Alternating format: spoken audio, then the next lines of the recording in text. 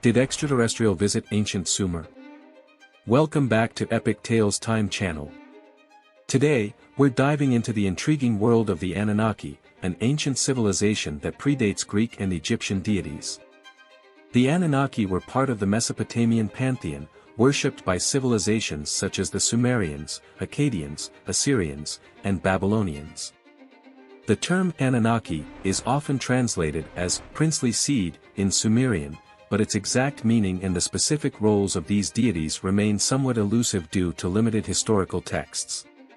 The Anunnaki were originally seen as heavenly deities with immense powers and were involved in deciding the fates of humans. They were believed to be descendants of the sky god An and included major deities such as An, Enlil, Enki, Ninhursag, Nana, Utu, and Inanna. One fascinating aspect of the Anunnaki is their portrayal in the Sumerian mythology. Etymology. The name Anunnaki is derived from An, the Sumerian god of the sky. The Anunnaki were believed to be the offspring of An and his consort, the earth goddess Ki. Samuel Noah Kramer identifies Ki with the Sumerian mother goddess Ninhursag, stating that they were originally the same figure. The oldest of the Anunnaki was Enlil, the god of air and chief god of the Sumerian pantheon. The Sumerians believed that, until Enlil was born, heaven and earth were inseparable. Then, Enlil split heaven and earth in two and carried away the earth while his father An carried away the sky. The Sumerians, residing in what is now modern-day Iraq and Iran, made significant advancements during their time, including the invention of the plow and the development of cuneiform, one of the earliest writing systems. They attributed these breakthroughs to the Anunnaki. Statues of these deities were crafted, dressed in clothing, offered food, and transported to ceremonies, showcasing the high reverence the Sumerians had for them. A more controversial and speculative perspective emerged in the 20th century, with some theorists proposing that the Anunnaki were not mythical deities but ancient aliens. This theory, popularized by authors like Zecharia Sitchin, suggests that the Anunnaki were extraterrestrial beings from a distant planet called Nibiru. These beings were said to have genetically engineered early humans to mine gold for them, thereby influencing the development of Sumerian civilization. While mainstream academics and historians generally dismiss the ancient alien theory, the debate continues, with some still intrigued by the possibility of extraterrestrial influence on early human civilizations. The Anunnaki's influence, whether as gods or as something more otherworldly, remains a captivating topic in the study of ancient civilizations. Their first appearance known to humanity. It isn't unreasonable to speculate that aliens have visited Earth. If they arrived before the advent of writing about 5,500 years ago, we might never even know it. Astrophysicist Carl Sagan considered the possibility that ancient humans may have recorded visitations from extraterrestrials. One account from ancient Sumer, of the fish-like creature Oans, deserves more careful study, he wrote.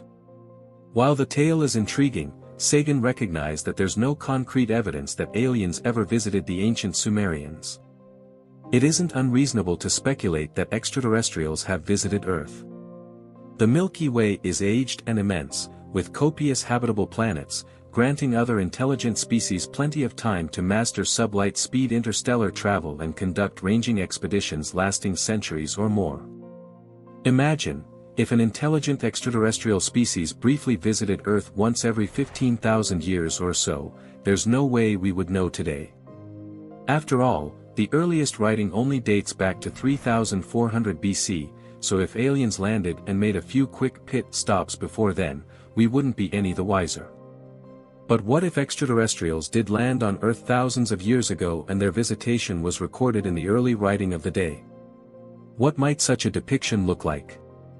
Venerated science communicator and astrophysicist Carl Sagan speculated on that very subject with colleague Iosif Shklovsky in their 1966 book Intelligent Life in the Universe. Such hypotheses are entirely reasonable, and worthy of careful analysis, he wrote, before cautiously adding, it is obvious that the reconstruction of a contact with an extraterrestrial civilization is fraught with difficulties. A simple account of the apparition of a strange being who performs marvelous works and resides in the heavens is not quite adequate. After all, ancient writings are full of fictitious, folklorish tales of deities and the supernatural. So what might set a potential extraterrestrial encounter story apart? A description of the morphology of an intelligent non-human, a clear account of astronomical realities which a primitive people could not acquire by their own efforts, or a transparent presentation of the purpose of the contact would increase the credibility of the legend, Sagan said. He went on to reference one story that lines up with those requirements, with a caveat, of course. I do not claim that the following is necessarily an example of extraterrestrial contact, but it is the type of legend that deserves more careful study.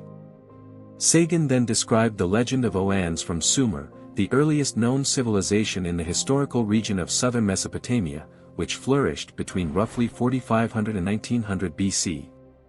Numerous ancient writers tell of a creature named Oannes, rising from a part of the Persian Gulf that bordered Babylonia, whose whole body was like that of a fish, and had under a fish's head another head, and also feet below, similar to those of a man, subjoined to the fish's tail. According to the legend, Oannes bestowed upon the early Sumerians insight into letters, and sciences, and every kind of art. He taught them to construct houses, to found temples, to compile laws, and explained to them the principles of geometrical knowledge.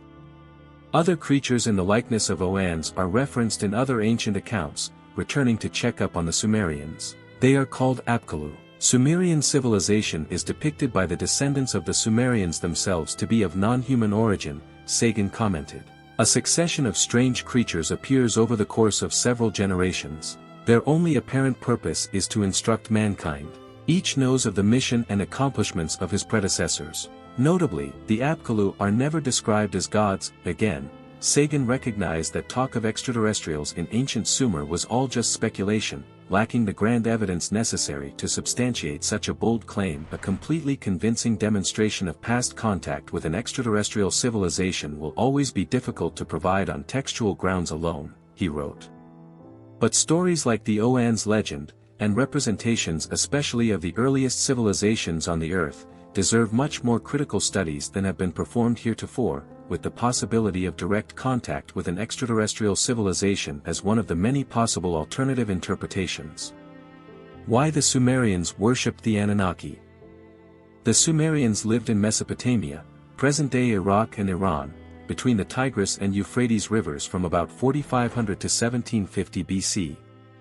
Despite being an ancient civilization, their reign was marked by a number of impressive technological advancements.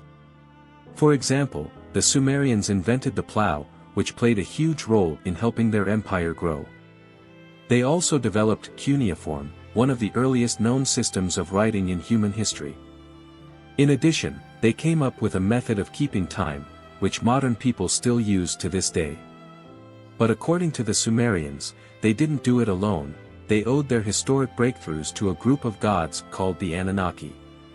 In their telling, the Anunnaki mostly descended from a supreme deity who could control both the fate of human kings and his fellow gods. Though much remains unknown about the Sumerians and their way of life, they left evidence of their beliefs in ancient texts, including the Epic of Gilgamesh, one of the oldest written stories in human history. And if one thing is clear, it's that the Anunnaki gods were highly revered. To worship these deities, ancient Sumerians would create statues of them, dress them in clothing, give them food, and transport them to ceremonies.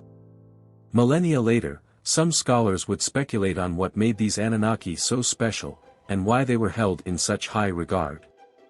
But it wasn't until the 20th century that the ancient alien theory really took off.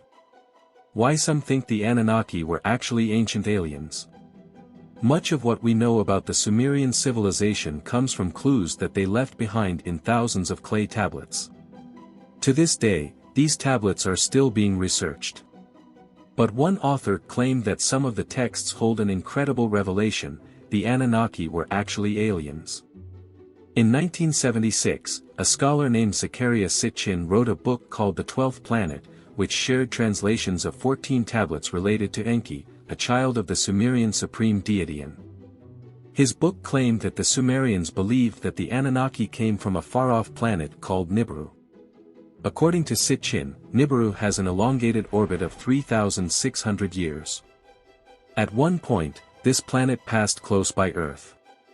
And its people, the Anunnaki, decided to make contact with our world around 500,000 years ago. But the Anunnaki sought more than just a friendly exchange. They wanted gold, which they desperately needed to repair their planet's atmosphere.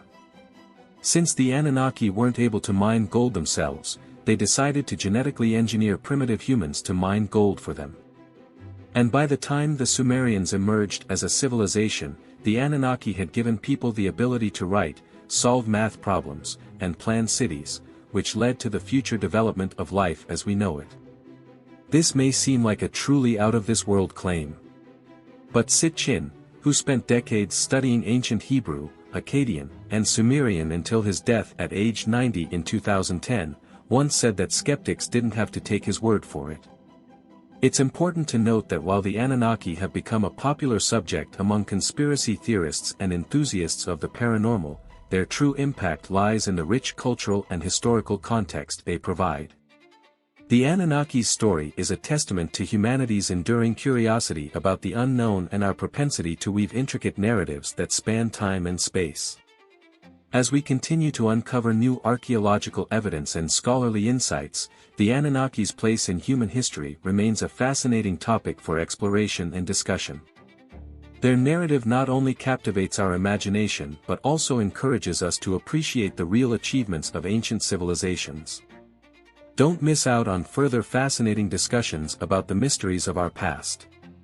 Subscribe to our channel for more engaging content, and if you enjoyed this video, be sure to check out our next episode on the legendary figures of history and mythology. Stay tuned for more epic tales that bring to life the wonders of our ancient world.